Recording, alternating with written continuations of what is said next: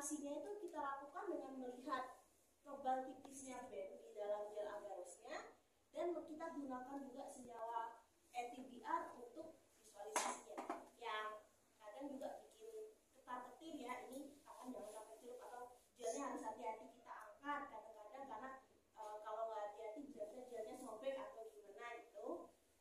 Oleh karena itu mereka buatlah real time PCR ini. Sejujurnya nggak beda jauh, hanya saja mereka menerapkan metode di mana reaksi itu dapat dilihat pada fase eksponensial, yaitu pada fase di mana amplifikasi itu terjadi, hendak terjadi, sedang terjadi, sampai selesai terjadi itu. Dan kemudian karena itu kita nggak usah lagi menggunakan post PCR treatment, visualisasi dengan agarose itu tidak.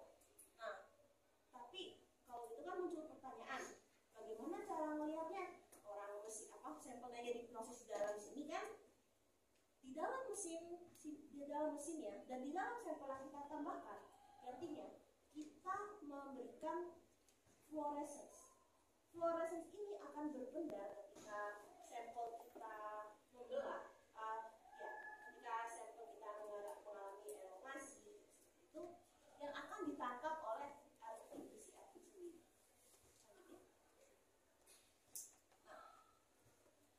Tahapan yang ada di real time polymerase chain reaction ini kurang lebih sama dengan yang PCR, yaitu kita akan atur untuk denaturasi di suhu 95 derajat dan kemudian annealing di suhu 60, dan selanjutnya ada extension atau elongation di pertanyaan primer sama di sekitar suhu yang sama juga.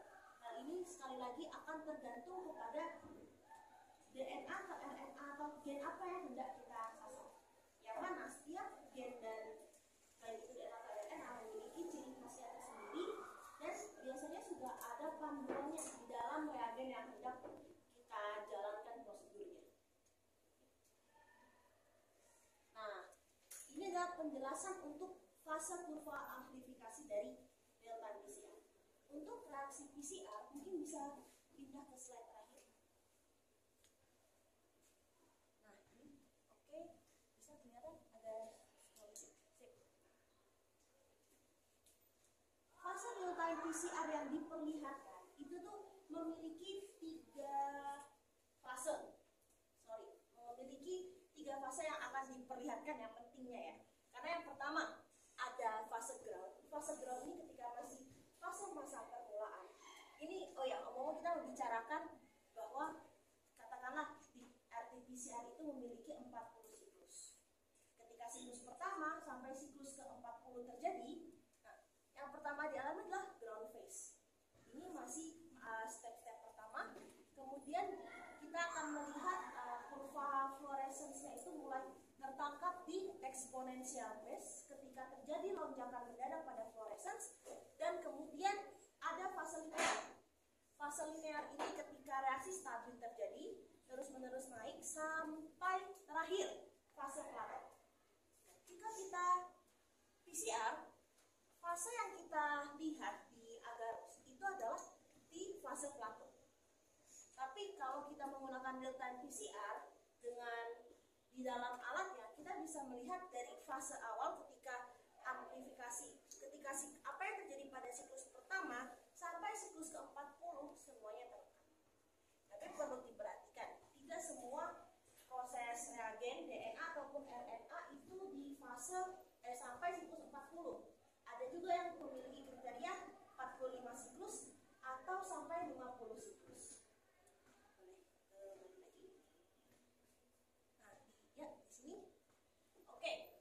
Oleh karena itu kalau kita lihat secara kualitatif ya, secara kurvanya untuk tahu apakah sampel kita ini amplifikasi atau tidak. Pertanyaan selanjutnya adalah bagaimana kita mengkuantifikasinya? Karena kalau misalkan lewat PCR, kita kuantifikasi melalui tebal tipisnya seperti itu. Kalau RT-PCR, dia juga memberikan apa itu namanya CT. Ini tuh cycle threshold, di mana dia memberikan gambaran kepada kita pada siklus keberapa pendaran fluorescens itu melonjak pesat. Jadi contoh mudahnya ketika kita menjalani tes COVID-19 di PCR, itu memang tes COVID-19 menggunakan RT-PCR ya. Nah, seringkali kalau misalkan pernah tes RT-PCR untuk COVID, atau syukur-syukur kalau nggak tes ya, di dalam kertasnya itu kadang ada yang mencantumkan CT sekian, katakanlah CT 20 atau CT 30. Nah, kenapa seperti itu? Kenapa dia menyebutkan cycle thresholdnya? Sebenarnya itu untuk menunjukkan bahwa pada cycle threshold tersebut, pada siklus tersebut terjadi pendaran fluorescens yang menandakan bahwa oke, terdeteksi dari gen yang kita sasar untuk mengetahui bahwa itu COVID-19 positifnya orang tersebut terhadap COVID-19 dideteksi melalui pendaran fluorescens yang melonjak besar. Nah, kalau gitu fluorescens apa sih yang digunakan untuk mendeteksi? Contohnya adalah Cyber-Green atau Taqman probe, yang mana kedua fluorescens ini akan ditambahkan ke dalam sampel. Kedua fluorescens ini ketika sampel kita teramplifikasi, dia tidak akan bercampur, dia tidak akan tidak ikut campur lah dengan reaksi amplifikasi yang terjadi di dalam sampel, sehingga kita bisa dengan aman melihat bahwa ketika fluoresensnya itu berpendar, itu sama dengan jumlah amplifikasinya.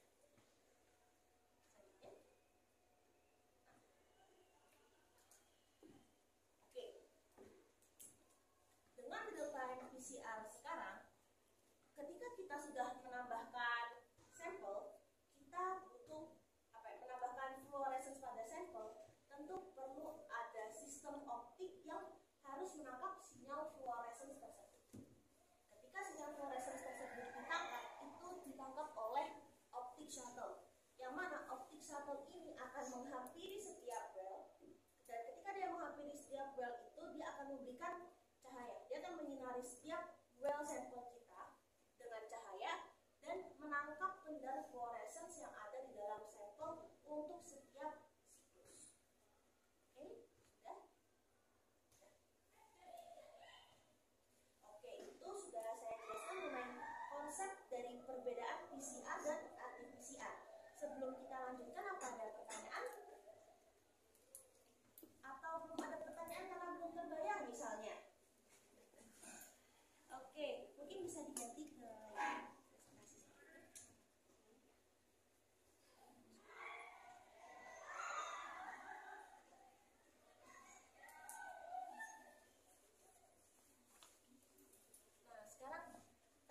pembukaan. Maaf, pembukaannya agak panjang karena kita perlu menjelaskan dulu perbedaan antara real time PCR konvensional dengan real time PCR, atau disebut juga sebagai kuantitatif PCR. Selanjutnya, nah, seperti yang tadi sudah saya katakan, di real time PCR ini konsep utamanya adalah dia menggunakan fluorescence, ya, dia menggunakan fluorescence untuk yang ditambahkan ke dalam sampel, pendarannya dia tangkap untuk memperlihatkan kepada kita seberapa amplifikasi yang terjadi.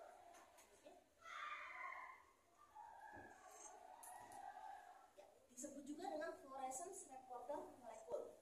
Tadi itu terus ya.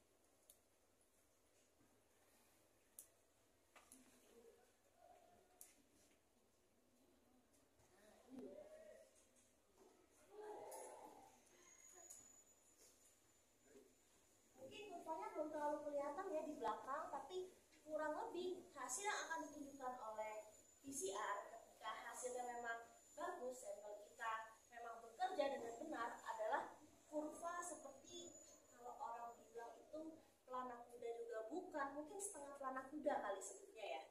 Nah, dari situ kita dapat melihat bahwa banyaknya fluorescence sama dengan amplitude.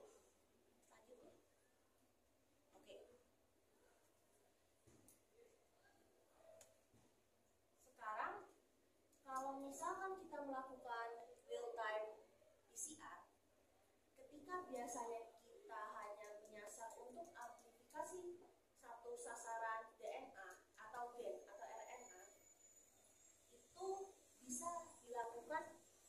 mengambil tes PCR itu beberapa target.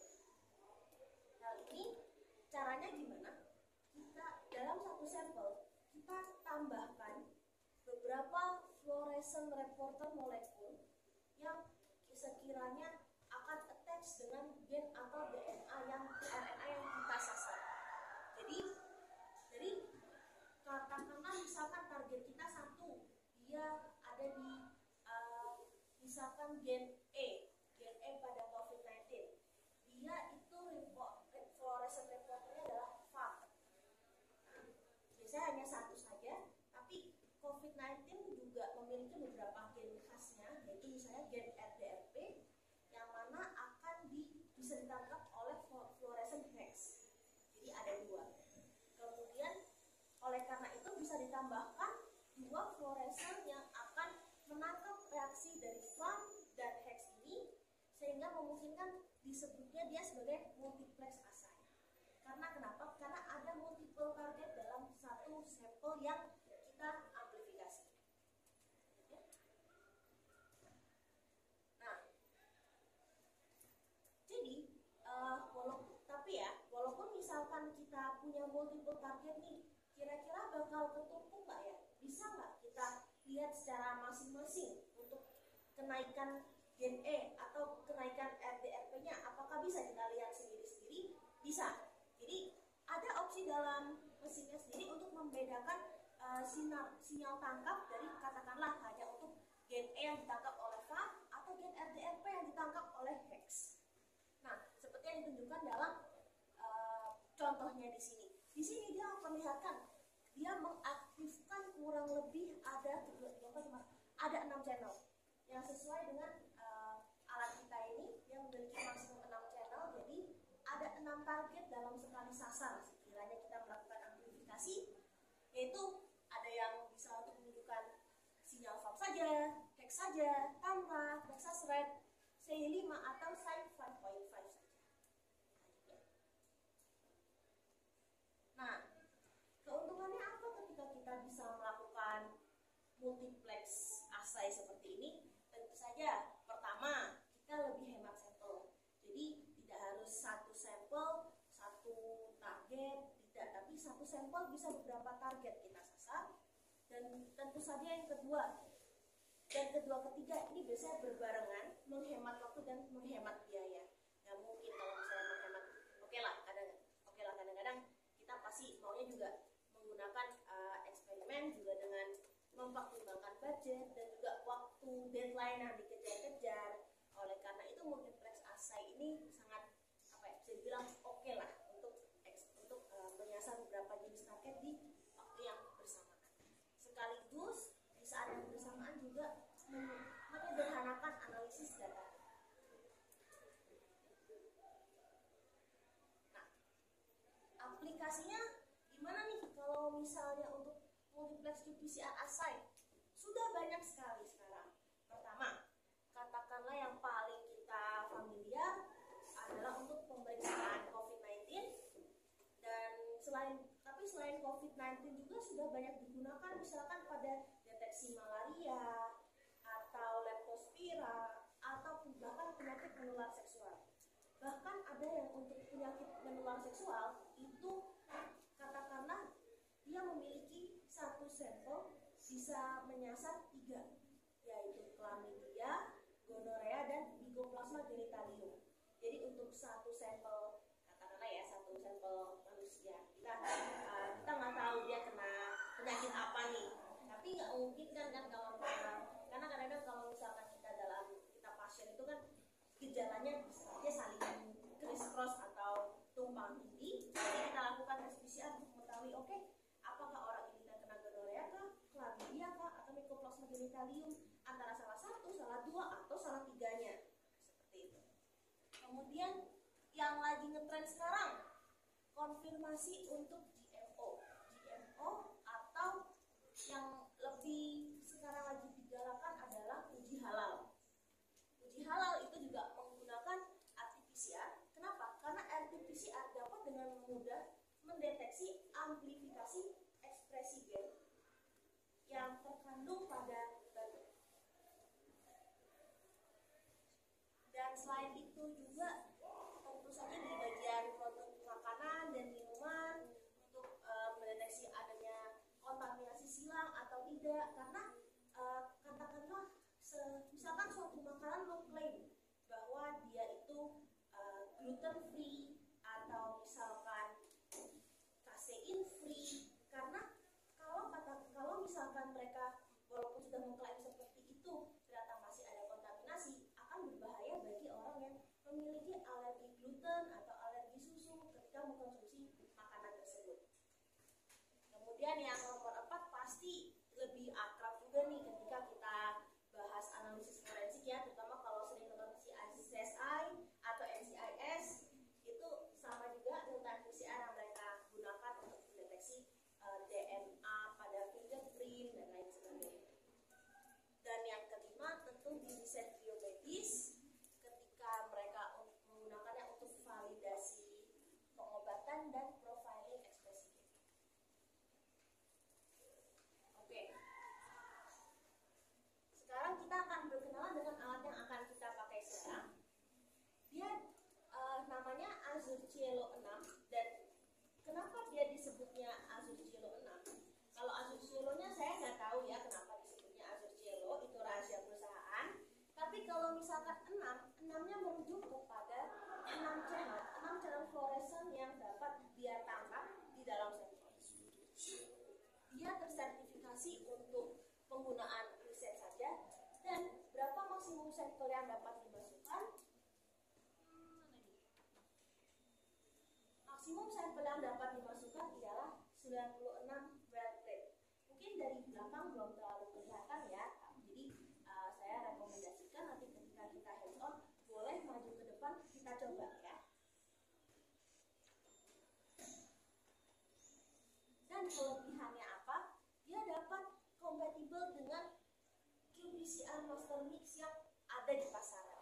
Nah, kalau kita membicarakan kompatibilitas dengan master mix ini, konsepnya gimana sih? Kayak sebenarnya seterbuka apa, se-open apa dia dengan qPCR master mix yang ada di pasaran? Patokannya adalah ini. Ini adalah daftar fluorescence, daftar channel yang ada di dalam Azur Cielo 6. Kita dan Azur Cielo 3 juga ada. Perbedaannya hanya dengan kalau Azur Cielo 3 itu hanya memiliki 3 channel, tapi Azur Cielo 6 itu memiliki 6 channel dan spesifikasi fluorescence yang dapat mereka tangkap. Contohnya kalau di Azur Cielo 6 dia dapat menangkap untuk cybergreen, farm, evergreen, fig, hex, joe, dan teman-teman lainnya. Nah, untuk tahu bagaimana ya penangkapannya ini, kita harus mengacu kembali kepada prosedur yang hendak kita gunakan. Di dalam prosedur yang hendak kita gunakan itu biasanya sudah tercatat. Dia akan mengatakan untuk sampel ini maka perlu channel katakanlah farm, dan kemudian gen ini channel VIC, dan channel yang untuk menyasar pada gen internal control adalah Sci5. Biasanya seperti itu. Jadi kita nggak usah khawatir dengan berpandu pada instruksi reagen atau prosedur jurnal yang valid untuk sampel adik-adik dan kakak-kakak sekalian, bisa dilihat bahwa kebanyakan sudah kompetitif. Oke. Agak capek dikit. Nah, selanjutnya adalah bagaimana cara dia menangkap sinyal fluoresensnya.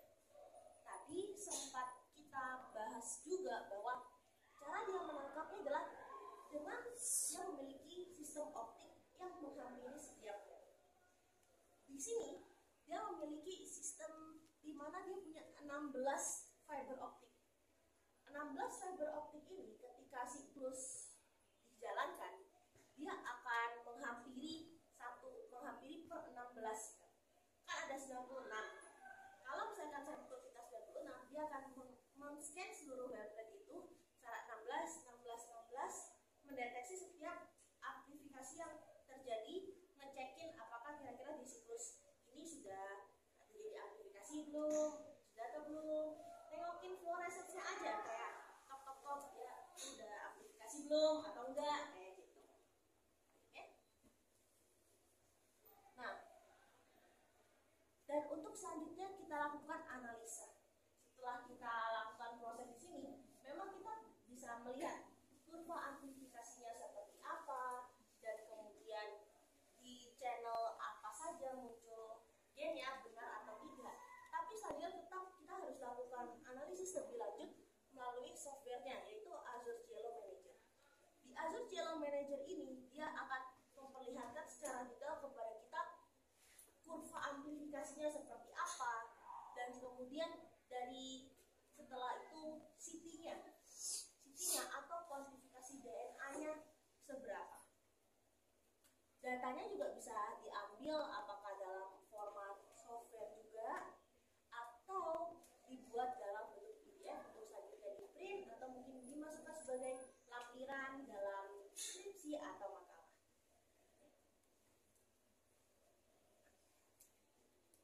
Apa aja sih yang sudah ikut menggunakan real-time PCR ini? Contohnya dari banyak universitas ya, kebanyakan memang dari Amerika, karena memang asal brandnya juga dari Amerika. Yang pasti ada beberapa yang sudah kita kenal seperti Stanford atau Chicago dan lain sebagainya. Dan selanjutnya di industri kita sendiri yang paling menonjol sudah digunakan oleh Sari Roti.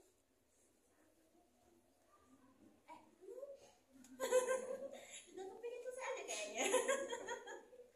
Oke, nah tapi selain itu juga selain penggunaan di Sari Roti, kalau di Indonesia sendiri real-time ini sudah kebanyakan menjadi patokan untuk uji klinis dan diagnostik